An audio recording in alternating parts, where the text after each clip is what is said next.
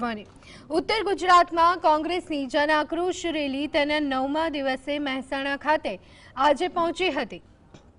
જન આક્રોશ રેલીનું સમાપન આગામી 3 ડિસેમ્બરના રોજ બહુચરાજી ખાતે થશે।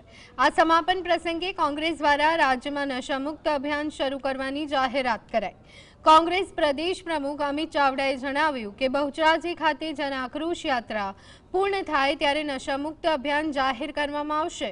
ડ્રગ અને દારૂના ગેરકાયદેસર વેચાણ વિરુદ્ધ ચાલી રહેલી રાજકીય ચર્ચાની વચ્ચે કોંગ્રેસનું અભિયાન રાજ્યના યુવાનોને નશાથી દૂર રાખવાનું લક્ષ્ય રાખશે।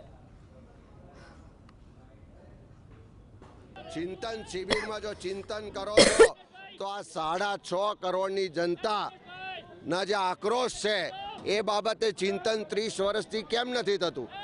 આ દારૂબંધીનો કાયદો હોવા છતાં આ 30 વર્ષથી યુવાધન બરબાદ થાય છે, મોતના મુખમાં ધકેલાય છે, બહેન દીકરીઓ વિધવા થાય છે, તેમ છતાં સરકાર કેમ ચૂપ?